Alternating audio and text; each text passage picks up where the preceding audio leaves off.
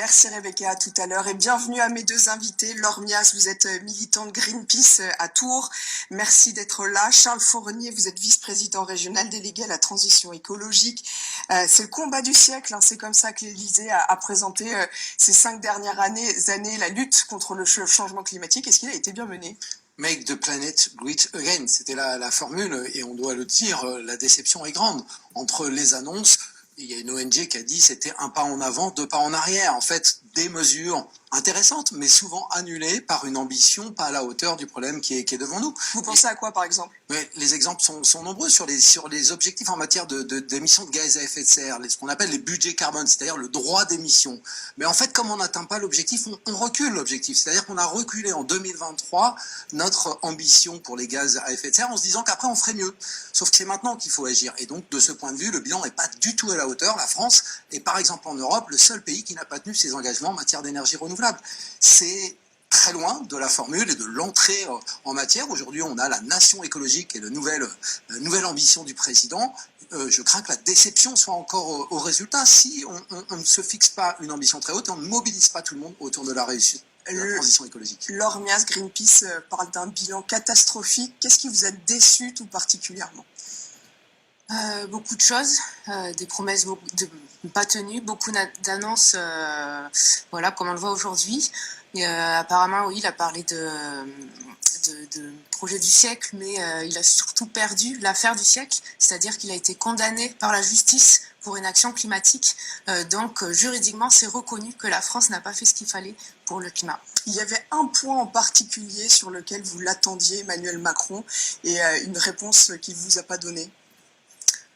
Un point particulier, non, mais je pense, on a eu pas mal d'espoir avec la Convention citoyenne pour le climat, c'était une initiative très intéressante, où on a réuni des citoyens, et là on voit que le fait de réunir des citoyens pour décider ensemble d'un projet sociétal pour lutter contre les réchauffements climatiques, eh bien ça marche.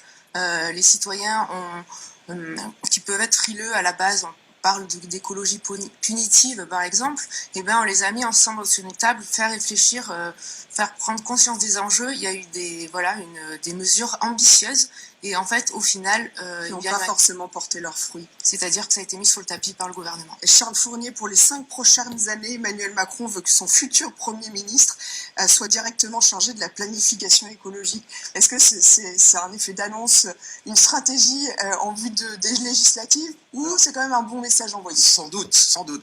Mais au fond, c'est une bonne perspective, puisque tous les ministres d'écologie d'Emmanuel Macron ont été désavoués, ont démissionné. Il y a eu la valse des ministres, et on l'a vu dans le passé aussi. Souvent, les arbitrages ne sont pas en faveur. Regardez sur le glyphosate, regardez sur les néonicotinoïdes. À chaque fois, l'arbitrage s'est fait plutôt du côté du ministre de l'Agriculture et non pas du ministre délégué aux questions de l'environnement et de l'écologie. Donc on peut espérer qu'un Premier ministre aura une vision transversale.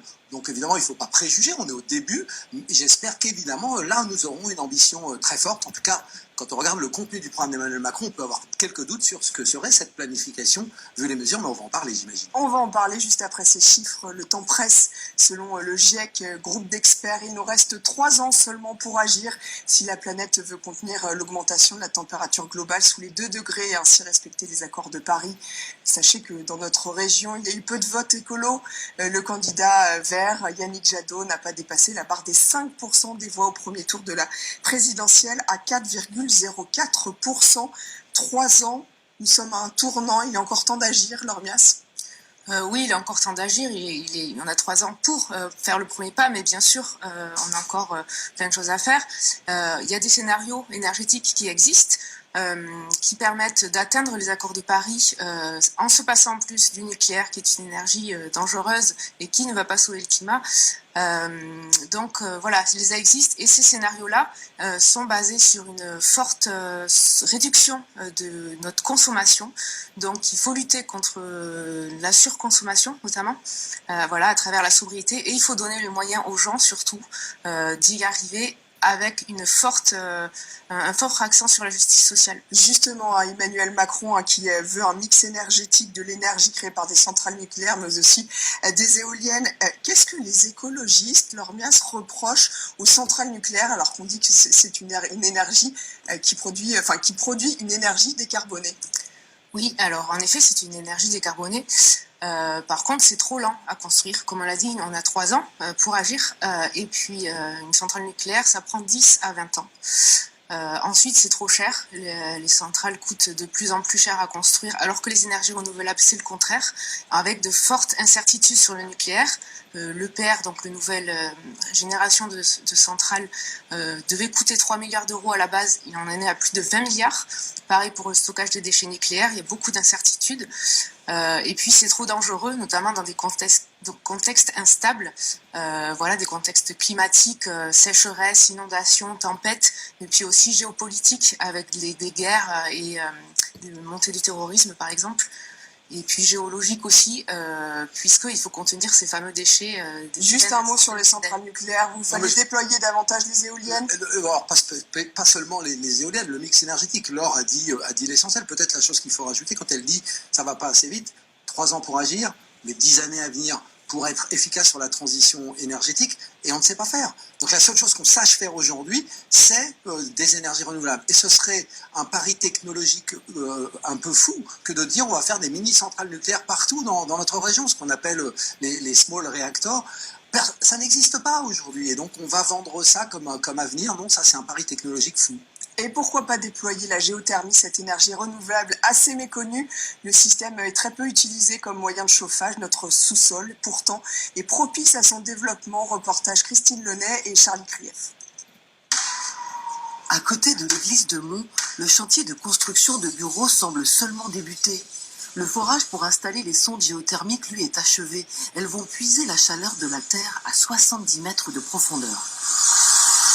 Cette sonde va permettre la circulation d'eau. Donc l'eau froide qui vient du bâtiment descend dans 2 des tubes. En descendant, elle se réchauffe au contact de la terre, puis elle remonte par les 2 autres tuyaux, un petit lit, et l'eau, les calories sont apportées au bâtiment à l'aide d'une pompe à chaleur. La chaleur récupérée va alimenter des ventilos convecteurs dans le bureau, et le système est réversible. Il peut aussi rafraîchir l'atmosphère à l'intérieur. En France, la nature du sous-sol permet de profiter de la géothermie sur quasiment tout le territoire.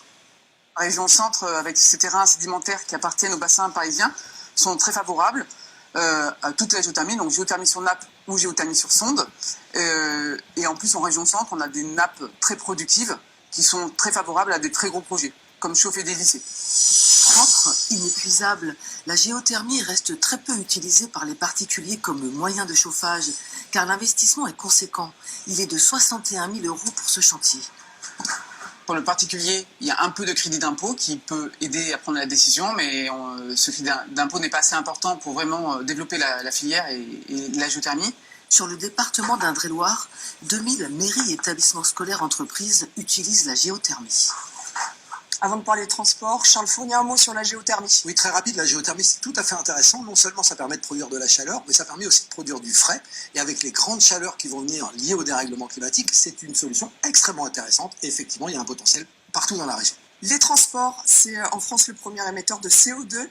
Est-ce que vous avez l'impression qu'il y a suffisamment d'incitations faites par Emmanuel Macron dans ce programme pour inciter à l'utilisation de véhicules moins polluants? Le vélo, des moyens de transport plus propres. Alors l'incitation c'est une chose, pourquoi pas, mais c'est surtout qu'il faut donner les moyens aux gens de se déplacer avec des véhicules plus propres.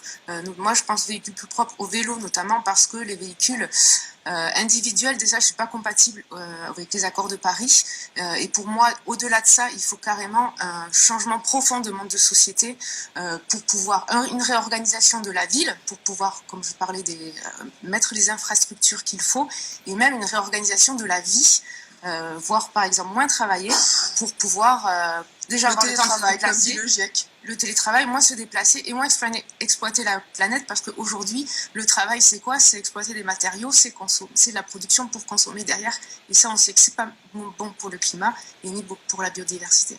Emmanuel Macron qui se focalise essentiellement sur les véhicules électriques, il propose des primes, est-ce que c'est une bonne stratégie? Non, mais de tout temps, on a expliqué qu'il fallait un mix énergétique. Moi, vous voyez, aujourd'hui, je travaille sur le schéma d'avitaillement de la région. Où seront les stations de ravitaillement électrique, en biogaz, en hydrogène? Il faut avoir une vision du mix énergétique. Là encore, on fait un pari unique et un pari sur l'avenir technologique. J'entends parler dans le programme d'Emmanuel Macron, de l'avion vert. L'avion vert, c'est pas avant 2035 et encore, ça sera des petits courriers, donc on pourra pas faire grand-chose avec ça. Donc on fait rêver, on explique toujours que demain on va trouver les solutions. C'est aujourd'hui le problème. Il y a eu des avancées dans le mandat d'Emmanuel Macron sur le vélo. Il y a eu un plan vélo et c'est une belle ambition. Mais si on ne change pas de manière systémique, personne n'utilisera le vélo. Moi, aujourd'hui, je suis un utilisateur de vélo, j'ai plus de voiture. C'est un choix. Mais je mesure la complexité de ce choix. Il faut nous accompagner là-dessus, il faut changer, réorganiser nos vies. Et ça passe par les transports. Un mot sur le recyclage. Emmanuel Macron, la France qui a été pointée du doigt. Qu'est-ce qu'il faut faire? Il veut créer une filière industrielle française de recyclage. C'est la solution? Pour moi, la solution, c'est effectuer avoir le moins de déchets possible. Donc oui, le recyclage, c'est bien, mais c'est surtout moins d'emballage et moins de déchets, tout simplement. Au quotidien, qu'est-ce que fait la région justement pour le recyclage? La région, alors, elle est en charge du plan régional de prévention et de gestion des déchets. Et le mot-clé dedans, c'est prévention. C'est comment on réduit, effectivement, par l'éco-conception, par nos manières de consommer les déchets. C'est aujourd'hui réussir, par exemple, à appliquer la loi. On a un problème en France. On a des lois qui permettraient aujourd'hui d'avancer sur les sujets. On a la stratégie nationale bas carbone, on a la loi AGEC, on a la loi de transition énergétique. Toutes ces lois, si on les appliquait, on avancerait. On n'applique pas la loi. La responsabilité d'un gouvernement, c'est d'appliquer la loi. Et en matière de recyclage, effectivement, c'est la sobriété, moins de déchets, beaucoup moins de déchets, trier les biodéchets, beaucoup plus de tri, et évidemment éviter Il nous reste de les 30 brûler. secondes. Juste un mot sur les arbres. 140 millions d'arbres à planter d'ici 2030, ça c'est une bonne chose. En deux mots. Bonne chose. Après, il faut savoir les gérer. Emmanuel Macron a mis à mal l'ONF, l'Office national des forêts, qui assure une bonne gestion des forêts. 95 emplois par an de supprimés. C'est la fin de cette émission. Merci à vous d'y avoir participé. Merci à vous de l'avoir suivi. Tout de suite, vous retrouvez C'est ici, dans le Loiret, avec Lauriane Virasamy. Très bonne soirée à tous.